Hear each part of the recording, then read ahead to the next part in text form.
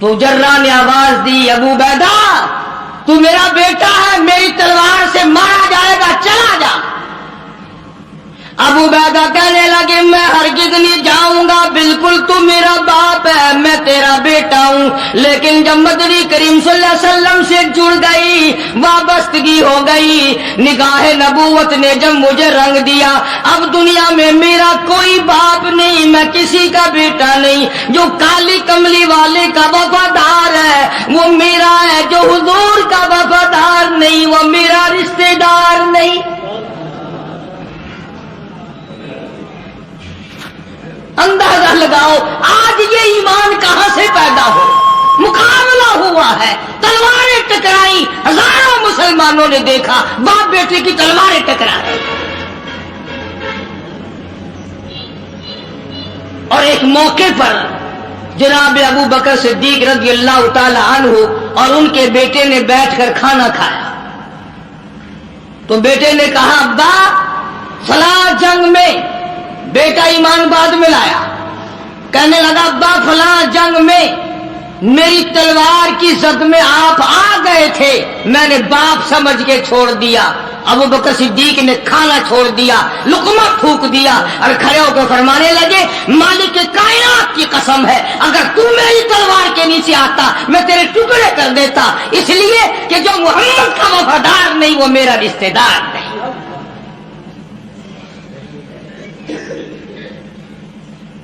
تو ان حضرات کو عظمت تو ملی، مرتبہ تو ملا، شان تو ملی، پر ان کو اس کی بڑی بھاری قیمت چکانی پڑی۔ آج کون ہے اس قیمت کو چکانے والا؟ کون ہے اس عظمت کو برقرار رکھنے والا؟ ارے اسی لیے حکم ہے کہ مرتے وقت منہ سے نہ کہو کہ کلمہ پڑھ، اگر یوں کہہ دیا میں نہیں پڑھتا کافر ہو کے مرے گا۔ مرنے والے کے قریب حکم ہے کہ بیٹھ کے خود کلمہ پڑھنا شروع کر دو۔ اب بتاؤ اگر ماں بہنیں کلمہ پڑھیں گی تو روئے گا کون؟ اور مرتے وقت نہیں روئے تو شریکوں کے میلے کون جھلے گا؟ یعنی ہم لوگوں کا آخری وقت چیک کریں آپ کہ ہم لوگوں کا آخری وقت کس حال میں آ رہا ہے۔ حکم ہے ماں بھی، بیٹا بھی، رشتہ دار بھی، سارے نزا کی حالت کو دیکھ کر کلمہ پڑھنا شروع کرو تاکہ ساتھ ساتھ وہ بھی پڑھے۔ اور اگر تم نے کہا کلمہ پڑھ اور وہ دکھوں میں، مصیبتوں میں، سکرات میں، جاکنی میں، عذاب میں اگر یوں کہہ بیٹھا میں نہیں پڑھتا تو کافر ہو کے مرے گا۔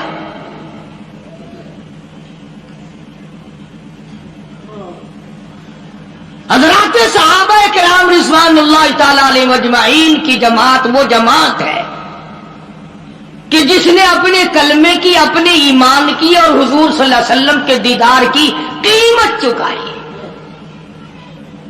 مجال کوئی ذرہ برابر ادھر سے ادھر ہوا۔ اب میں ایک بات آپ کو سمجھانے لگا ہوں، ایک بات میں آپ کو سمجھانے لگا ہوں۔ ٹھیک ہے گرمی ہو گئی ہے مگر یہ وقت بھی پھر تو نہیں آئے گا، شاید آئندہ جمعہ ہم میں سے کس کو آئے گا یہ تو اللہ کی ذات جانتی ہے۔ توجہ کریں، بات سمجھیں، انشاءاللہ قبر میں حشر میں کام آئے گی، دعائیں دو گے۔ ہمارا دل ہر نیکی کے بارے میں یہ کہتا ہے کہ کوئی بات نہیں، اگر یہ نہیں کروں گا تو کیا حرج ہے، پہلے میں فلاں کام کرتا ہی آیا ہوں۔ مثال کے طور پر ایک آدمی فجر کی نماز کے بارے میں یہ سوچتا ہے کہ عشاء کی بھی پڑھی تھی، مغرب کی پڑھی تھی، اب فجر کی نہیں پڑھوں گا تو کیا حرج ہو جائے گا، پچھلا جمعہ پڑھا تھا اگر یہ جمعہ نہیں پڑھوں گا تو کیا حرج ہو جائے گا۔ قرآن کریم نے اس بات کا جواب دیا ہے کہ تم کسی نیکی کے بارے میں یہ سوچ نہیں سکتے کہ میں یہ کرتا آیا ہوں اور یہ نہیں کروں گا تو کیا ہو جائے گا۔ چنانچہ اس کی مثال قرآن کریم نے بیان کی کہ ایک جنگ اور ایک جہاد اور ایک کفر اسلام کے مقابلے میں مدنی کریم صلی اللہ علیہ وسلم نے صحابہ کرام کو فرمایا کہ چلو سارے تیار ہو جاؤ، اور سب تیار ہو گئے۔ 3 صحابی مدینے کے، منافق نہیں، مشرک نہیں، کافر نہیں، پکے تھکے مسلمان ہیں۔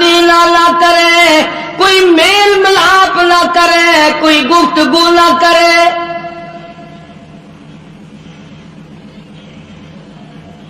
ایک صحابی کہتا ہے اس قدر غم ہوا، اس قدر پریشانی ہوئی کہ بجلی گر گئی کہ سرکار ناراض ہو گئے۔ اگر اس ناراضگی کے عالم میں موت آ گئی تو کالی کملی والے نے جنازہ بھی نہیں پڑھانا۔ رات دن ماری ماری پھری تینوں اللہ والے، ایک اللہ والا صحابی کہتا ہے میں اپنے بھتیجے کے باغ میں گیا، میں نے جا کے سلام کہا، وہ پرے کو چل دیا۔ میں نے قریب ہو کے سلام کہا، وہ اور پرے کو چل دیا۔ میں نے اور نزدیک آ کر زور سے سلام کہا، وہ اور پرے کو چل دیا۔ چھوٹا سا بچہ ہے اور کہنے لگا مجھے کیوں تنگ کرتے ہو؟ جس سے کالی کملی والی نے بولنا بند کر دیا ہو، میں اس کے سلام کا جواب کیسے دوں؟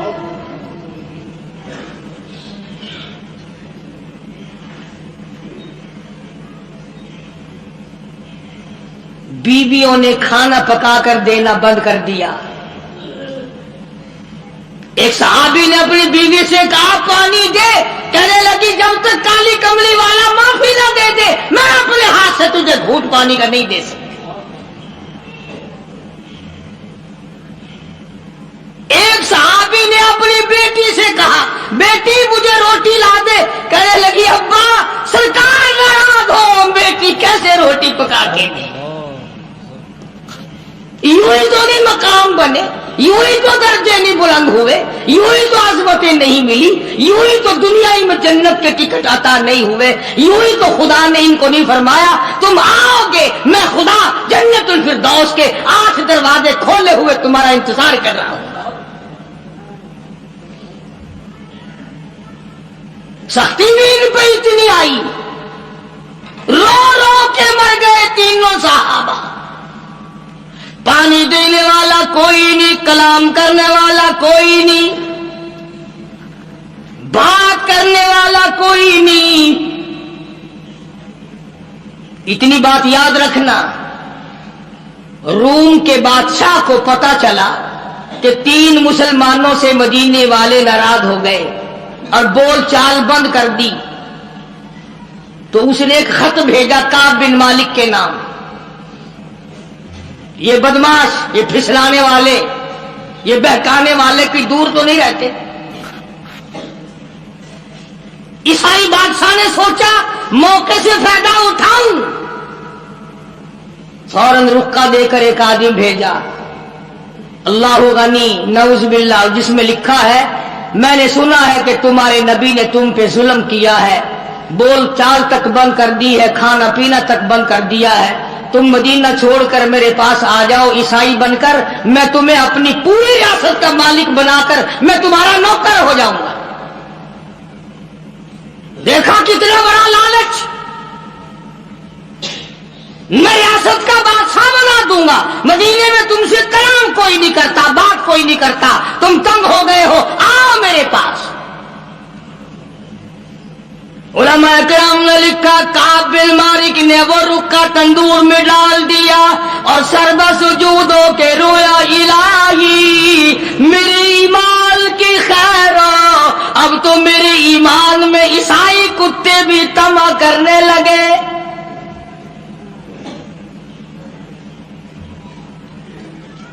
تینوں صحابہ رات دن روتی ہے، رات دن پریشان ہے، ہر وقت اپنے آپ کو ادھر ادھر کرنے کی کوشش کرتے ہیں۔ صحابی کہتا ہے میں نماز میں آیا کرتا تھا اور میں کنکھیوں سے دیکھا کرتا تھا کہ حضور کریم صلی اللہ علیہ وسلم میری طرف دیکھتے ہیں کہ نہیں۔ تم تو الحمدللہ اس بات سے پاک ہو، کبھی تم نے بھی سوچا کہ ہمارا منہ دیکھ کر حضور راضی ہوں گے، ناراض ہوں گے؟ بلکہ ہم نے تو یہ دیکھا کہ جتنے حضور کریم صلی اللہ علیہ وسلم کو ہر وقت اپنے ساتھ ماننے والے ہیں، جتنے گناہ وہ کرتے ہیں اتنے دوسرے نہیں کرتے۔ نبی دیکھ رہے ہیں اور چوری، نبی دیکھ رہا ہے قتل،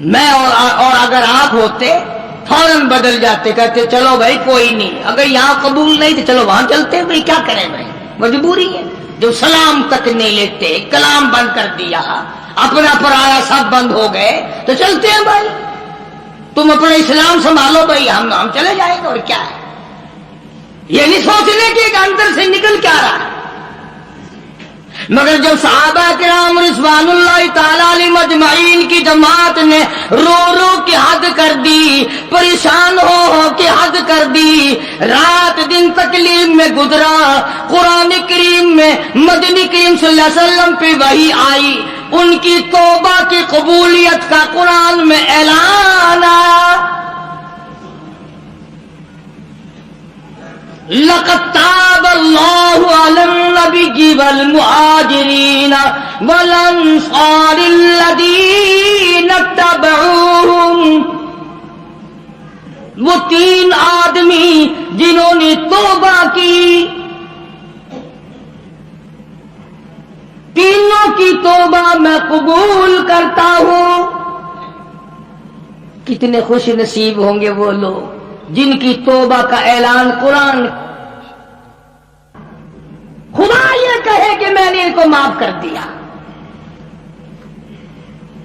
لقد تاب اللہ علی النبی والمہاجرین والانصار الذین اتبعوہم، تمام کے تمام مسلمان، اور یہ تینوں ثلاثۃ الذین یخلفوا کے الفاظ موجود کہ ان تینوں کو میں نے معاف کر دیا۔ ثم تاب علیہم لیتوبوا، اللہ اکبر اللہ اکبر۔ ادھر خدا کا قرآن نازل ہوا، ان کی توبہ اور استغفار کی قبولیت کا اعلان ہوا، ادھر حضور کریم صلی اللہ علیہ وسلم نے قرآن مجید کی تلاوت آیت فرمائی کہ مجھ پہ یہ آیت نازل ہوئی۔ مسلمان دوڑے ہیں، مسلمان بھاگے ہیں مبارکباد دینے کے لیے کہ تمہاری توبہ قبول ہو گئی۔ کوئی گھوڑے پہ چڑھ کے دوڑا، کوئی پیدل دوڑا، ایک نے پہاڑ پہ چڑھ کر آواز لگا دی، کامل مالک مبارک ہو، تیری توبہ کی قبولیت قرآن میں آ گئی۔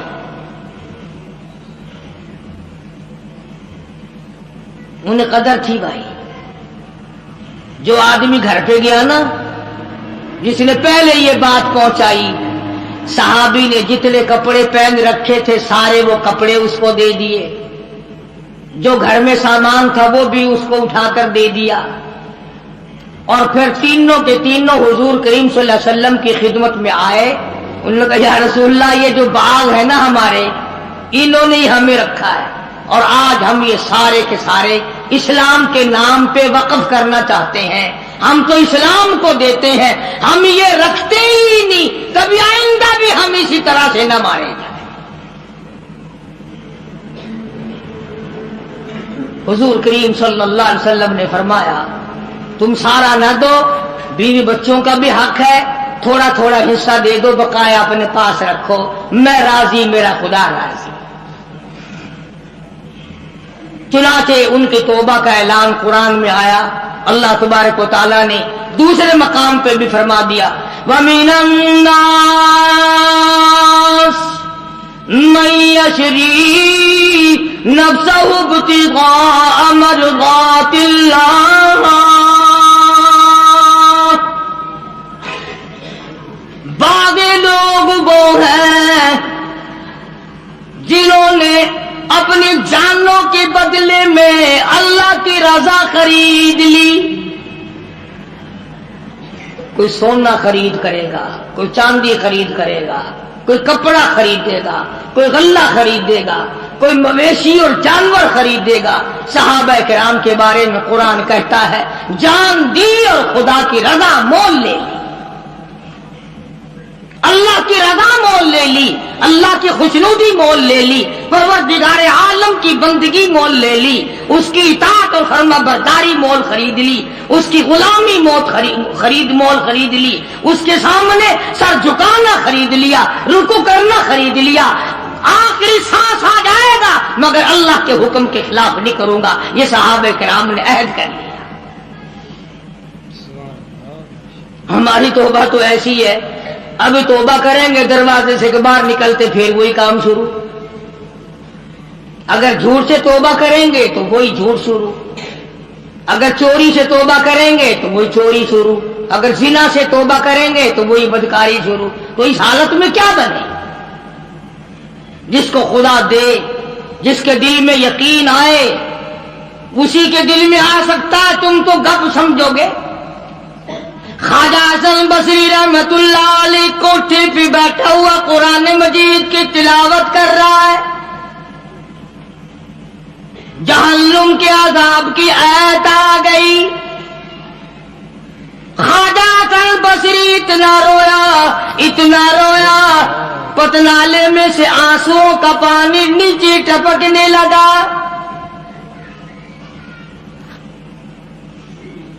ایک آدمی جو پرنالے کے نیچے سے گزرا، اس کی پگڑی پہ چند ٹکڑے، چند قطرے ٹپکے. اس نے کہا کون ہے؟ شرم نہیں آتی؟ میری پگڑی خراب کر دی، پلیت پانی نل پتنالے میں سے پھینکا، میرے کپڑے خراب کر دیے. خواجہ حسن بصری سب کہہ دو رحمت اللہ علیہ، روتے روتے کہتے ہیں ہاں ضرور پلیت ہو گئے ہوں گے، میں گناہگار خواجہ حسن بصری کے آنسوؤں کا پانی ہے. آنسوؤں کا پانی ہے. وہ بھی قدردان نکلا جس کی پگڑی پہ ٹپکے تھے. اس پگڑی کو گھر جا کے اپنے بچوں کو بلایا، ان کے حوالے کر دی. یہ پگڑی، یہ دستار، یہ صافہ، یہ عمامہ سنبھال کے رکھنا. جب میرا آخری وقت آ جائے غسل کے بعد کفن میں رکھ دینا. میرا رب مجھ سے پوچھے گا دنیا سے کیا لایا؟ عرض کروں گا الہی مجھے تو تیرے ڈر سے کبھی رونا لایا، کبھی اتنا خوف نہ آیا، کبھی اتنا درد نہ آیا. ایک رونے والے کے آنسوؤں کی ٹپکی ہوئی پگڑی ساتھ لے کے آیا ہوں، اس کی لاج رکھ کے مجھے معاف کر دے.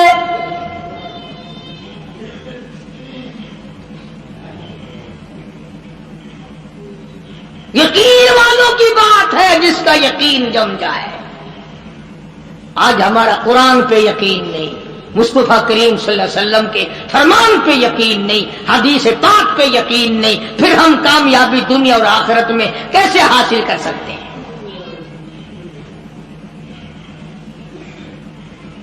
فضیل بن عیاض رحمہ اللہ اپنے زمانے کے بہت بڑے بزرگ ولی کے کامل گزرے ہیں، سارا زمانہ جانتا ہے. فضیل بن عیاض مشہور محدث، مشہور اللہ والا، مشہور بزرگ ہے. اور حالت یہ کہ اپنے زمانے کا سب سے بڑا ڈاکو، ولی تو بعد میں بنا نا، 99 آدمی ٹولی میں اور 100 آپ، 99 غلام تھے نیچے کے تھے، یہ سردار تھا. اللہ کی دین بھی دیکھو اور خدا پر یقین کا انجام بھی دیکھو. اب ڈاکوؤں کا، بدماشوں کا کام کیا ہوتا ہے؟ انہوں نے کسی کی خوبصورت لڑکی تھی، اس کو پیغام دیا کہ ہم آج رات کو اٹھائیں گے، تیری لڑکی کو اٹھا کے لے جائیں گے آج. چنانچہ اس نے کیا انتظام کرنا تھا، کوئی غریب آدمی تھا جس کی وہ بچی تھی، اس نے اوپر کے چبارے میں بچی کو بٹھا دیا اور بیٹی سے کہا بیٹی میں نے یہ سنا ہے کہ قرآن قبر میں کام آئے گا، حشر میں کام آئے گا، تو قرآن ہی آج رات پڑھتی رہو، میں چاہتا ہوں دنیا ہی میں تیرے قرآن کام آ جائے، دنیا ہی میں قرآن تیرے کام آ جائے. بچی نے بیٹھ کے ساری رات قرآن پڑھا. فضیل بن عیاض جو ڈاکوؤں کا سردار تھا، کوئی کوٹھے کے نیچے تھے، کوئی اوپر تھے، کوئی دائیں تھے، کوئی بائیں تھے. جب اس لڑکی کو اٹھانے کے لیے چوبارے میں بڑا ڈاکو داخل ہوا، اندر سے آواز آتی ہے الم یعنی للذین آمنوا ان تخشع قلوبهم لذکر اللہ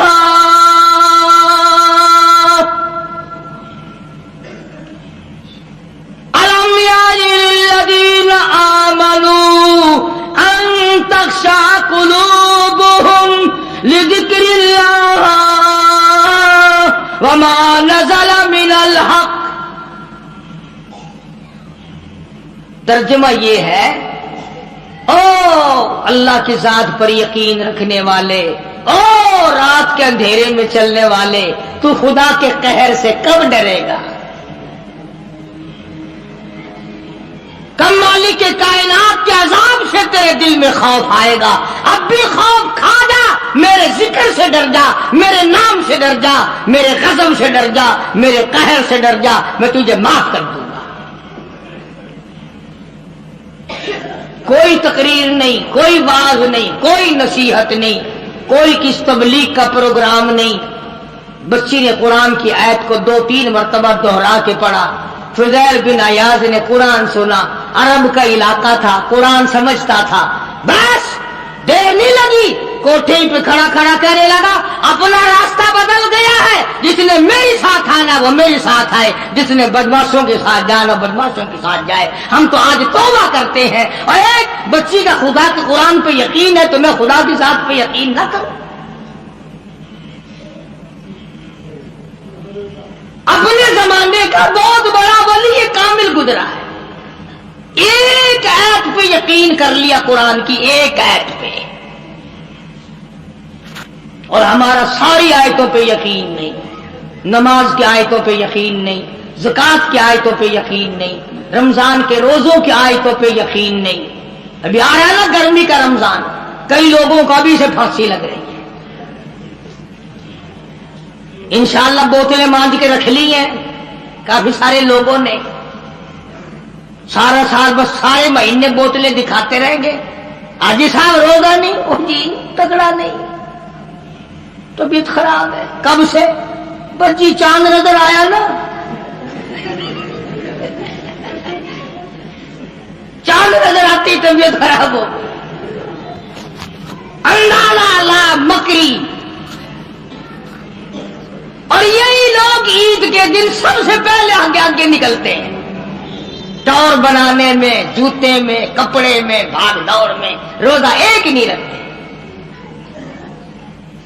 حدیث پاک میں آتا ہے کہ جو میرے رمضان کا اکرام نہیں کرتا، میرے رمضان کا احترام نہیں کرتا، میرے رمضان المبارک کی عزت نہیں کرتا، قیامت کے دن میں ان کو نہیں پوچھوں گا کہ تم جہنم کے کس کھاتے میں پڑے ہو.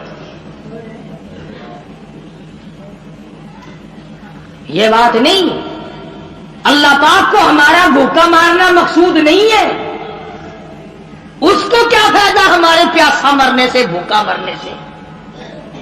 خدا تو دیکھنا چاہتا ہے کہ یہ اپنی مرضی سے کھاتے ہیں یا میرے کہنے سے کھاتے ہیں، اپنی مرضی سے پیتے ہیں یا میرے کہنے سے پیتے ہیں، اپنی بیوی کے پاس اپنی مرضی سے جاتے ہیں یا میری مرضی کے مطابق جاتے ہیں. تم اپنی اولاد کو پرکھ سکتے ہو، نوکر ملازم کو پرکھ سکتے ہو. خدا کو یہ حق نہیں پہنچتا کہ وہ بندوں کو آزمائے، بندوں کی پرکھ کرے کہ یہ اللہ والے ہیں یا خدا والے ہیں یا شیطان والے ہیں اور غلط کار لوگ ہیں.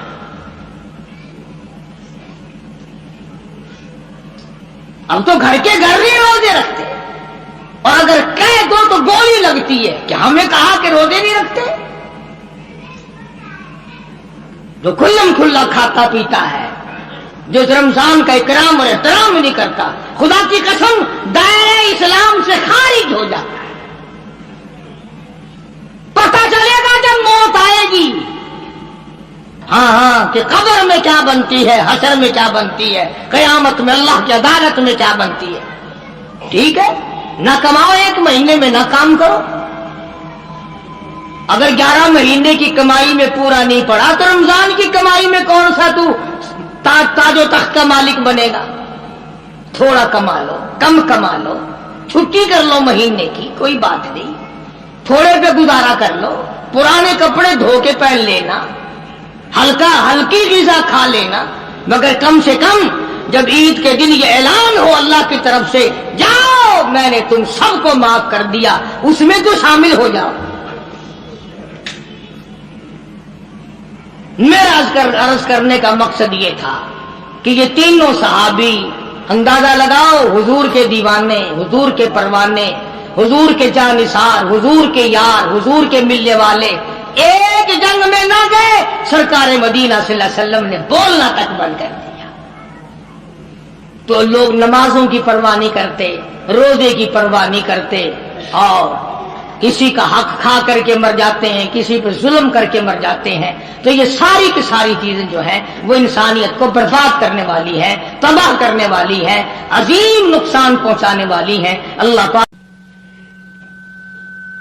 امام شافعی رحمت اللہ علیہ اتنے بڑے جلیل القدر ولی کامل ہیں، وقت کے امام ہیں، پرہیزگار متقی ہیں، اپنی بیٹی کو فرمانے لگے لختے جگر تیری آنکھیں بگڑتی چلی جا رہی ہیں، میں دیکھتا ہوں تو ساری رات نیند نہیں کرتی، ساری رات سوتی نہیں، مصلی پہ کھڑی ہو کر قرآن پڑھتی رہتی ہے، تو کچھ نیند کر لیا کر، آنکھوں سے محتاج ہو جائے گی۔ عرض کرنے لگے ابا جان نیند آتی ہے، بستر پہ لیٹ جاتی ہوں، آنکھ لگنے کو ہوتی ہے، فوراً میرے دل میں خیال آتا ہے شافی کی بیٹی تو نے تو بستر سنبھال لیا، صبح تیری نہ معلوم زمین کے اوپر ہوگی یا لاکھوں من مٹی کے نیچے ہوگی۔ پھر میری نیند اکھڑ جاتی ہے، پھر کھڑی ہو کر خدا کا قرآن پڑھتی ہوں۔ وہ ساری رات قرآن پڑھا کرتے تھے، اور بدقسمت قوم تمہیں صبح اٹھ کر قرآن کا سپارہ پڑھنے کی توفیق نہیں ہے۔ مسلمان پر قرآن کا دیدار نصیب نہیں، قرآن کی زیارت نصیب نہیں، گدھے کی طرح کھاتے سو گئے اور گدھے کی طرح صبح اٹھ کر کھانا پینا شروع کر دیا۔ تو رب کے کلام کا اتنا باغی کہ تو دیکھنا پسند نہیں کرتا۔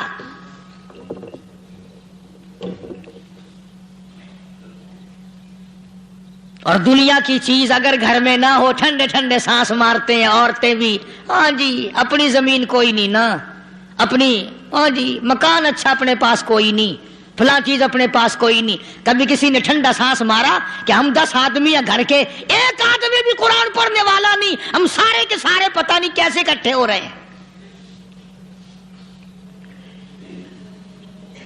اگر دل میں عظمت ہو، ڈاکٹر ہو، افسر ہو، وزیر ہو، آخر ہے تو انسان، ہے مسلمان، ہے مدنی کریم صلی اللہ علیہ وسلم کا امتی، پھر قرآن سے اتنا دور کیوں ہے؟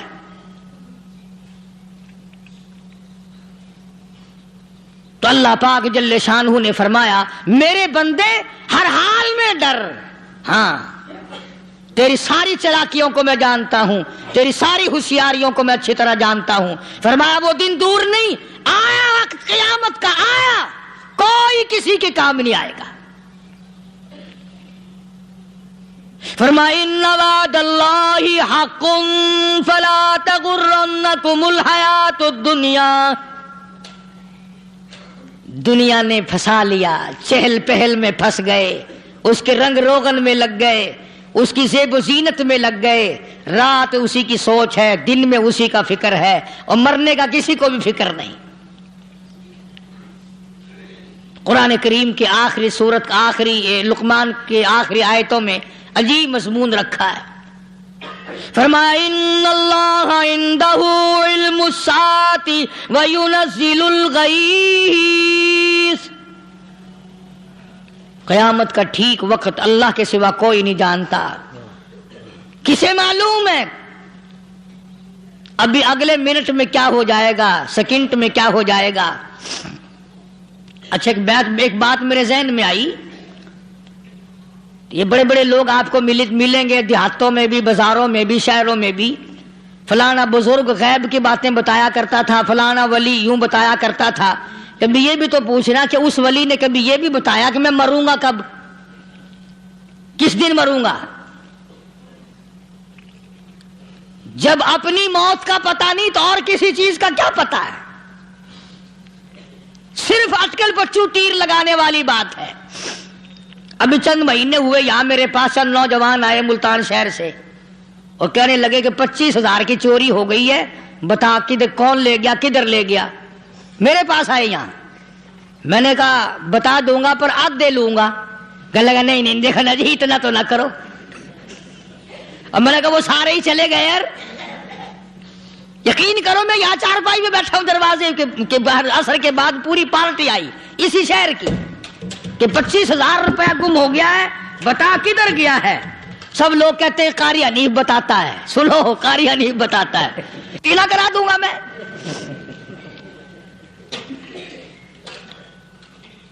جتنا میں نے انکار کیا میرے سر ہوتے چلے گئے. اخیر میں نے بکواس کر دی. میں نے کہا اچھا بتاؤں گا پھر آدھے لوں گا. کہنے لگے نہیں. تماشا دیکھا یعنی اندازہ لگاؤ کہ ہم شہر سے سن کر آئے ہیں کہ قاری حنیف چوریاں بتاتا ہے. اللہ غنی, کس کو معلوم ہے کہ ابھی کیا ہو جائے گا. اللہ پاک نے کسی کو نہیں بتایا. فرمایا ان اللہ عندہ علم الساعۃ وینزل الغیث.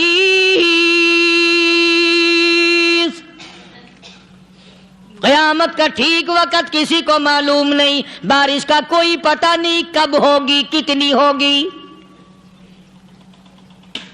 تم ابھی کہہ رہے ہوگے کہ جی محکمہ موسمیات والوں کو پتہ چلتا ہے. ان 3 مہینے میں یہ محکمہ موسمیات والے کئی دفعہ کہہ چکے ہیں کہ بندہ باندی ہوگی مگر کچھ بھی نہیں ہوا. بلکہ جتنے یہ زیادہ بتلاوے نا اتنا ہی موسم خراب ہوتا چلا جاوے.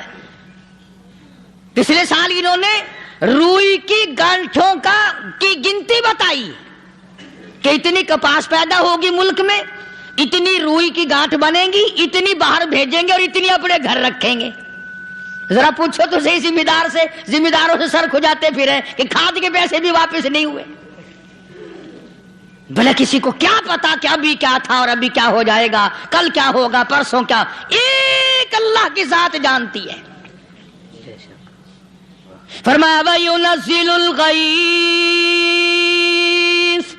کوئی نہیں جانتا بارش کب ہوگی, کتنی ہوگی, کہاں تک ہوگی, کس قدر ہوگی, کس طرح میں ہوگی, کہاں نہیں ہوگی. وَيَعْلَمُ مَا فِي الْأَرْحَامِ,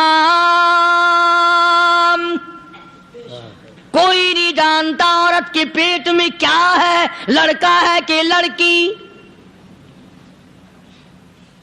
باپ کو پتا نہیں, ماں کو پتا نہیں, دادی کو پتا نہیں, نانی کو پتا نہیں. یوں کہ کسی کو پتا ہو یا نہ ہو, حضرت صاحب کو پتا لگ جاتا ہے. حضرت صاحب کو کیوں, حضرت صاحب ٹھڈ دے اندر وڑدا ہوندا ہے. تماشا دیکھ, کوئی کسی کو پتا نہیں چلتا. اور خدا نے اپنی خدائی کسی کو تقسیم کر کے دینی نہیں. لم یلد ولم یولد, نہ میرے ماں باپ, نہ میں کسی کا باپ, نہ میری اولاد, نہ میں کسی کی اولاد. اللہ الصمد, بے نیاز, بے مثل, بے مثال ہوں. ہمیشہ سے ہوں اور ہمیشہ رہوں گا. سب میرے محتاج ہو, میرے دروازے کے گداگر ہو, میرے دروازے کے فقیر ہو, میرے دروازے کے دستے نگر ہو. آؤ مانگو کھاؤ, موت آئے مر جاؤ. اگر اکڑو گے فرمایا پھر میں نے بڑی بڑی سزائیں دی ہیں لوگوں کو. ہاں میں تو توبہ بھی منہ سے نہیں نکلنے دیتا. کلمہ تو کلمہ ہائے نہیں کرنے دیتا میں. جب میں موت کا پیغام دوں یکدم دل کی حرکت بند ہو جاتی ہے. ہائے بھی نہیں, اوئی بھی نہیں, اف بھی نہیں, کچھ بھی نہیں. فرمایا وَيَعْلَمُ مَا فِي الْأَرْحَامِ, کسی کو پتا نہیں عورت کے پیٹ میں کیا چیز ہے. دیکھو نا, جس نے 9 مہینے بچہ پیٹ میں رکھا, جب بچہ پیدا ہوتا ہے نا خود ماں بھی کان لگاتی ہے, بتائیں گی لڑکا ہے کہ لڑکی ہے. بےتابی سے انتظار کرتی ہے, بڑی بے قراری سے انتظار کرتی ہے عورت کہ یہ دائی بول لے, کوئی اور پاس والی بول لے, کوئی اور چھوٹی بڑی گھر کی عورت بول کے بتائے کہ لڑکا ہے کہ لڑکی ہے. اور جس نے 9 مہینے پیٹ میں رکھا, جب اس کو پتا نہیں تو پرلی طرف بیٹھے ہوئے حضرت صاحب کو پتا کیسے چل گیا. وَيَعْلَمُ مَا فِي الْأَرْحَامِ, زیادہ سے زیادہ تمہیں یہ کہیں گے جی فلاں بزرگ نے دعا کی تھی اللہ میاں لڑکا دے گا، لڑکا ہو گیا، ٹھیک ہے دعا تو بھی مانگ، بزرگ بھی مانگے، پیر بھی مانگے، فقیر بھی مانگے، عالم بھی مانگے، ماں بھی مانگے، باپ بھی مانگے، خاندان سارے مانگو، بات یہ ہے مانگو تو سارے، پر یوں کہو دینے والا وہ ایک ہے بس، یہ ہے اصل بات، اور مانگنے کی تو کوئی کسی کی وہ نہیں۔ امام الانبیاء محبوب کبریا حضرت محمد مصطفیٰ صلی اللہ تعالی علیہ وسلم سیدہ عائشہ صدیقہ رضی اللہ تعالیٰ عنہ فرماتی ہیں میں سوئی ہوئی تھی، اچانک میری آنکھ کھلی، میں نے کالی کملی والے کو سجدے میں دیکھا، رو رہے ہیں، دعائیں مانگ رہے ہیں، رو رہے ہیں۔ حضرت عائشہ فرماتی ہیں اللہ اکبر، فرماتی ہیں اتنے روئے سرکار مدینہ صلی اللہ علیہ وسلم، سانس رک گیا، سانس گھٹ گیا آپ کا۔ حضرت عائشہ فرماتی ہیں میں اپنا جگر پکڑ کے بیٹھ گئی، کہیں آج بیوہ تو نہیں ہو جاؤں گی۔ نبی نے اتنا مانگا، اتنا مانگا، اتنا مانگا، اس کائنات میں مانگنے والا کوئی آیا ہی نہیں، ہر آن مانگا، ہر لمحہ مانگا، ہر گھڑی مانگا، اور اتنا مانگا۔ میری بات لکھ کے لے جاؤ انشاءاللہ، کچی پکی بات نہیں۔ سیدہ عائشہ صدیقہ رضی اللہ تعالیٰ عنہ گواہ ہے، سیدہ فاطمہ الزہرا رضی اللہ تعالیٰ عنہ گواہ ہے، نبی کی گھر والی گواہ، نبی کی لخت جگر نوری نظر فاطمہ الزہرا گواہ، فرماتی ہیں حضور کریم صلی اللہ علیہ وسلم کا جب آخری وقت آیا، آواز بالکل ختم ہو گئی، آواز بالکل پست ہو گئی، پھر بھی لب حرکت کرتے تھے، لب حرکت کرتے تھے، دونوں کی دونوں فرماتی ہیں ہم نے کان لگایا، آواز تھی ربی حبلی امتی، ربی حبلی امتی، اور میرے مولا میری امت کو معاف کر دے۔ اور خدا کی قسم کالی کملی والے نے آخری سانس تک مانگا ہی مانگا۔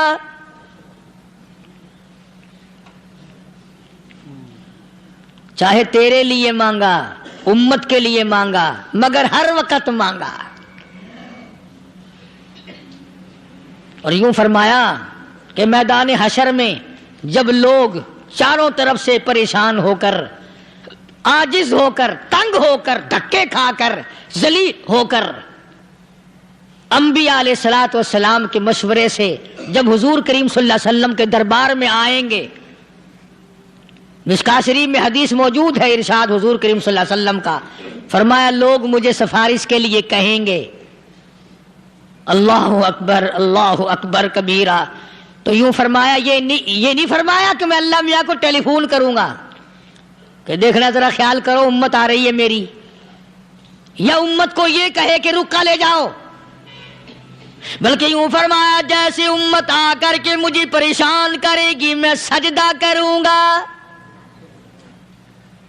میں سجدہ کروں گا، اس وقت بھی سر میرا در تیرا، جھولی میری عطا تیری۔ اور حدیث پاک کا اگر مضمون پڑھ کر دیکھو سارے مضامین حل ہو جائیں۔ یوں فرماتے ہیں خود حضور کریم کہ میں اتنا لمبا سجدہ کروں گا اس وقت قیامت میں، اتنا لمبا سجدہ کروں گا کہ 7 دن 7 راتیں کا وقت ایک ہفتے کے برابر وقت لگ جائے گا، میں سر سجدے سے نہیں اٹھاؤں گا۔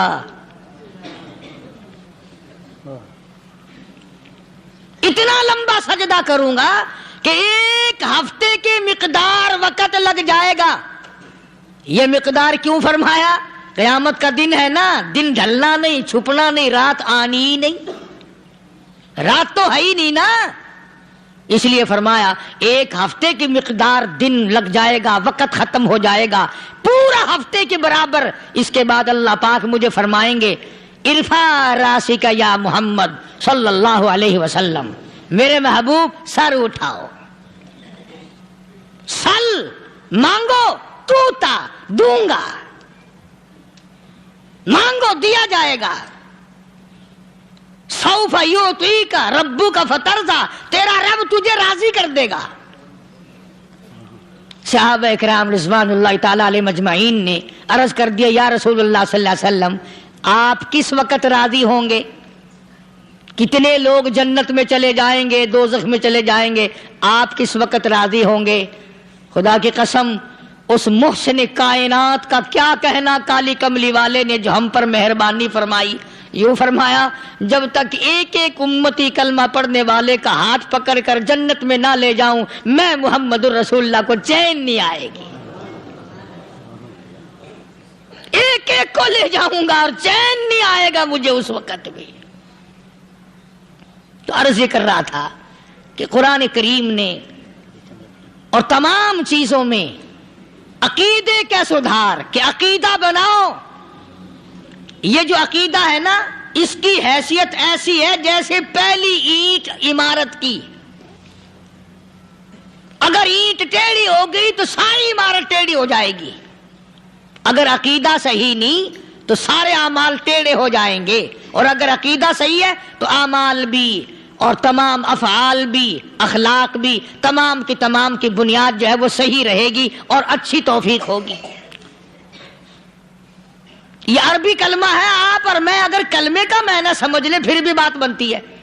یہی تو معنی لا الہ الا اللہ. کوئی نہیں بگڑی بنانے والا، کوئی نہیں حاجت روا، کوئی نہیں مشکل کشا، کوئی نہیں تیرا ہاتھ پکڑنے والا، کوئی نہیں مجھے اور آپ کو اولاد دینے والا، کوئی نہیں بیوی بچے دینے والا، کوئی نہیں یہ ہر روز روٹی کھلانے پانی پلانے والا اس کے سوا کوئی نہیں الا اللہ. ایک اللہ کی ذات ہے. اور فرمایا کہ یہ بتایا کس نے کہ یہ سب کچھ کرنے والا کون ہے؟ محمد الرسول اللہ صلی اللہ علیہ وسلم، کہ ہمارے آقا اور مولا حضرت محمد الرسول اللہ صلی اللہ علیہ وسلم نے بتایا.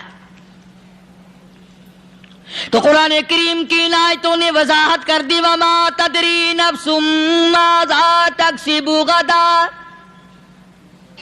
کسی کو پتہ نہیں کل کیا ہو جائے گا، صبح کو کیا ہو جائے گا، شام کو کیا ہو جائے گا. وما تدری نفس بأي أرض تموت. کوئی نہیں جانتا موت کس جگہ پہ آئے گی. کسے معلوم ہے کہ میری قبر کہاں بنے گی؟ کوئی نہیں جانتا میرے اس بدن کو جانور کھا جائیں گے. کسی کو علم نہیں ہے کہ قبر کا گڑھا ملے گا کہ نہ ملے گا، کفن ملے گا کہ نہ ملے گا، نماز جنازہ نصیب ہوگی کہ نہ ہوگی، غسل نصیب ہوگا کہ نہ ہوگا. کوئی نہیں جانتا کلمہ پڑھتے موت آئے گی یا کنجری کے گانے سنتے گاتے موت آئے گی. کس کو علم ہے کہ آخری کلام جو دنیا میں ہوگا وہ درود پاک ہوگا یا قرآن کریم ہوگا یا دعا ہوگی یا استغفار ہوگا، اور یا گالی منہ سے نکلے گی دم نکل جائے گا. کسے معلوم ہے؟ اس لیے فرمایا وما تدری نفس بأي أرض تموت. کوئی نہیں جانتا موت صبح آئے گی یا شام آئے گی، بیوی بچوں کے سامنے آئے گی یا اسپتال میں، کوئی پاس ہوگا بھی یا کہ نہیں جس وقت موت آئے گی کسے معلوم. سجدے میں آئے گی یا کنجری کی گود میں آئے گی کیا پتا، فلم میں آئے گی یا مسجد میں آئے گی. پچھلے دنوں ایک جگہ ایک آدمی نے صبح کی اذان دی، بڑی اچھی اذان دیا کرتا تھا، اللہ کا نام بلند کیا، زمین پہ بیٹھا اور ختم. فجر کی اذان دی، جو سنے انہوں نے کہا یار ابھی تو اذان دی تھی. بس اللہ کی طرف لوگوں کو بلایا اور خود دنیا سے رخصت ہو گیا. ہاں کسی کی موت یوں بھی آیا کرتی ہے، کسی کی سجدے میں آ جاتی ہے، کسی کی مراقبے میں آ جاتی ہے. اللہ اکبر. کسی کی نماز میں آئے، اللہ کی طرف دھیان لگے ایسا لگے کہ لگی جائے وہ چلا ہی جائے. ہمارے استاد محترم مولانا عبد الخالق صاحب رحمۃ اللہ علیہ یہاں کبیر والے میں تھے، بہت بڑے عالم، جید عالم، سمندر تھے علم کے. بس صبح کی نماز کے بعد مراقبے میں بیٹھے اللہ اللہ کر رہے ہیں، بس جیسے اتحیات میں بیٹھتے ہیں نا اسی طریقے سے بیٹھے تھے. دن چڑھ گیا، بھتیجے نے آ کر کے کہا حضرت ناشتہ تیار ہے، جواب کوئی نہیں. پھر کچھ دیر کے بعد آیا کہ حضرت ناشتہ تیار ہے، جواب کوئی نہیں۔ اور دن چڑھ گیا، ہاتھ لگا کے دیکھا کہ حضرت تو پہنچ گئے اللہ کے یہاں۔ کس حالت میں؟ ایسی اللہ اللہ اللہ سے لو لگائی کہ اللہ ہی کے یہاں چلے گئے۔ اور ان اللہ والوں کے پاس اس نیت سے لگا کرو میری آخرت بن جائے، میری قبر بن جائے، میرا آخری کلام جو دنیا میں ہو وہ کلمہ ہو، استغفار ہو، درود پاک ہو، قرآن کریم ہو، پھر تو مزہ ہے۔ اور اگر ہائے ہائے ہائے ہائے کرتے مر گئے تو کیا ہوا؟ فرمایا ان اللہ علیم الخبیر، میں خدا کی ذات تمام چیزوں سے واقف ہوں، مجھے تو پتا ہے نا، تیرے ایک ایک سانس کا پتا ہے، تیری رگ کے ایک ایک خون کے قطرے کا مجھے پتا ہے۔ اس لیے کہا کرتا ہوں کہ عادت ڈال لو درود شریف پڑھتے ہوئے چلنے پھرنے کی، کلمہ کلام پڑھتے ہوئے چلنے پھرنے کی، استغفار کرتے ہوئے چلنے پھرنے کی۔ پہلے زمانے میں جب ٹھوکر لگتی تھی تو لوگ سبحان اللہ کہتے تھے، اللہ اکبر، استغفر اللہ۔ اب گالی منہ سے نکلتی ہے، اب گالی منہ سے نکل رہی، گالیاں بکتے ہوئے لوگ مر رہے ہیں۔ حضرت معاذ بن جبل رضی اللہ تعالیٰ عنہ مدینے پاک میں بیمار ہے، آخری وقت ہے۔ صحابہ کی ایسی ایسی موت آیا کرتی تھی، چاروں طرف جتنے گھر والے بیٹھے ہیں، اماں بھی، بیٹی بھی، گھر والی بھی، بہن بھی، بھائی بند بھی، قبیلہ بھی، خاندان بھی، مدینہ شہر ہے، کالی کملی والے کا شہر ہے۔ حضرت معاذ بن جبل کا آخری وقت ہے، چاروں طرف بیٹھنے والے بھی تلاوت کر رہے ہیں قرآن کریم کی، خود معاذ بن جبل بھی تلاوت فرما رہے ہیں۔ اچانک حضرت معاذ رضی اللہ تعالیٰ عنہ رونے لگے، روئے حضرت معاذ۔ یہ وہ جوان ہے جس کو رخصت فرمانے کے لیے یمن کا گورنر بنا کر کے بھیجا حضور صلی اللہ علیہ وسلم نے۔ حضور صلی اللہ علیہ وسلم اس کو روانہ فرمانے کے لیے کئی میل پیدل تشریف لے گئے۔ ہاں حضور کے صحابہ۔ تو معاذ بن جبل جب رونے لگے تو گھر والوں نے پوچھا کیوں؟ کوئی بیٹھا ہوگا نا، کہنے لگا ڈر گئے، موت سے ڈر رہے ہو، موت سے ڈر کے رو رہے ہو؟ حضرت معاذ کہنے لگے نہیں، موت سے کیا ڈرنا، میں کیوں ڈروں موت سے، اس نے تو آنا ہی آنا ہے، میں نہیں ڈرتا۔ انہوں نے کہا پھر رویا کیوں رو رہے ہو؟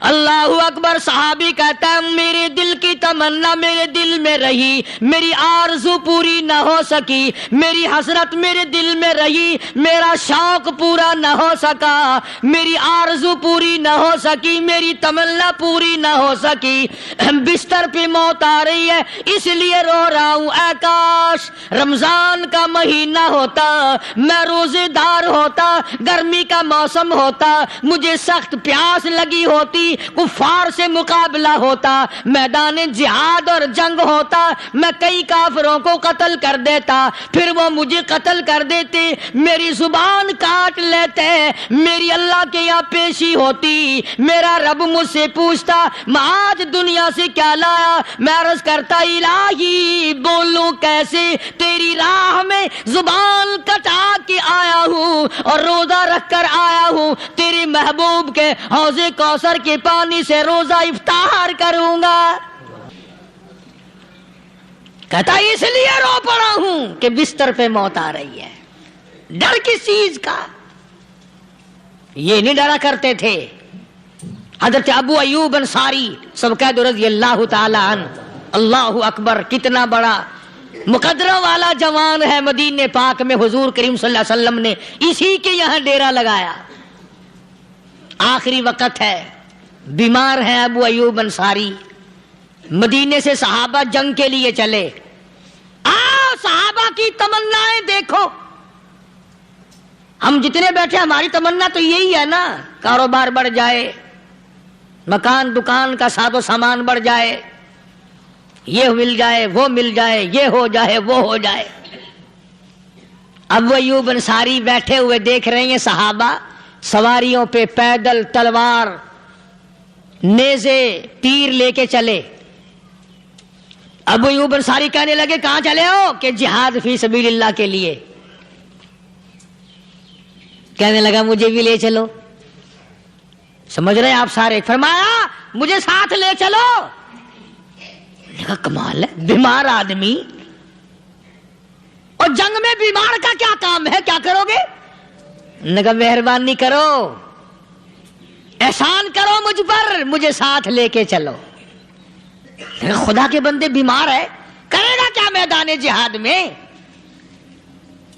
کہنے لگا تم تو بیمار کی بات کر رہے ہو، مجھے ساتھ لے چلو اونٹ پہ ڈال کر. توجہ کرنا ذرا، آخری بات میرے یاد آئی ہے، بتانے لگا ہوں. ابو ایوب انصاری حضور کا میزبان مدینے والا کہتا ہے میں بیمار ہوں، مجھے اونٹ پہ ڈال کے لے چلو، اور اگر میری راستے میں موت آ جائے پھر بھی میری لاش کو ساتھ لے جانا. جہاں کفر اور اسلام کا جنگ ہوگا، مقابلہ ہوگا، اس میدان میں میری لاش کو پھینک دینا. شاید کسی مجاہد کی سواری کا پیر میرے اوپر آ جائے، میں بھی قیامت میں اللہ کے حضور میں کہوں گا یا اللہ تیرے میدان جہاد سے اٹھ کے آیا ہوں میں بھی. اندازہ لگا ابو ایوب انصاری کی تمناؤں کو دیکھ، حسرتوں کو دیکھ. فرمایا مجھے ساتھ لے چلو، اگر میری موت آ جائے تو لاش کو بھی پھینکنا نہیں، دفن راستے میں نہ کرنا، ساتھ لے چلو، وہاں میدان میں ڈال دینا، اور اسلام کے لیے جو لڑنے والے ہوں، کفر کو مٹانے والے ہوں، ان کے پیر میرے اوپر آ جائے میں کامیاب ہو جاؤں گا. ایک تم ہو جو مسجد میں جھاڑو دینے سے بھی آر کرتے ہو، صف بچھانے میں بھی تمہیں شرم آتی ہے، صف اکٹھا کرنے میں بھی تمہیں شرم آتی ہے، ادھر ادھر کوئی چیز کرنے میں تمہیں کیا معلوم ہے جس وقت قیامت کے دن ان شاہی درباروں کے خادموں کو انعام ملے گا نا، پھر ٹکرے مارو گے، او ہو لو بھائی کمال ہو گیا، ہم تو یوں ہی رہ گئے. آج توفیق نہیں رہی، اللہ سے مانگ، سوتے بھی مانگ، جاگتے بھی مانگ، ہر وقت مانگ، وہی تیری میری جھولی بھرے گا، اسی کی عطا اور بندہ نوازی سے ہم سب کا کام چلے گا. فرمایا ان اللہ علیم خبیر، میں تمہاری ضروریات کو بھی جانتا ہوں، ہر چیز کا مجھے پتا ہے. اللہ مجھے اور آپ کو عمل کی توفیق عطا فرمائے. اللہ پاک اپنے فضل و کرم سے ہم سب کو اپنے بندے بنا لے، عقائد اور اعمال کی درستی فرما دے، مرتے وقت ایمان کی دولت عطا فرمائے. وآخر دعوانا الحمدللہ رب العالمین.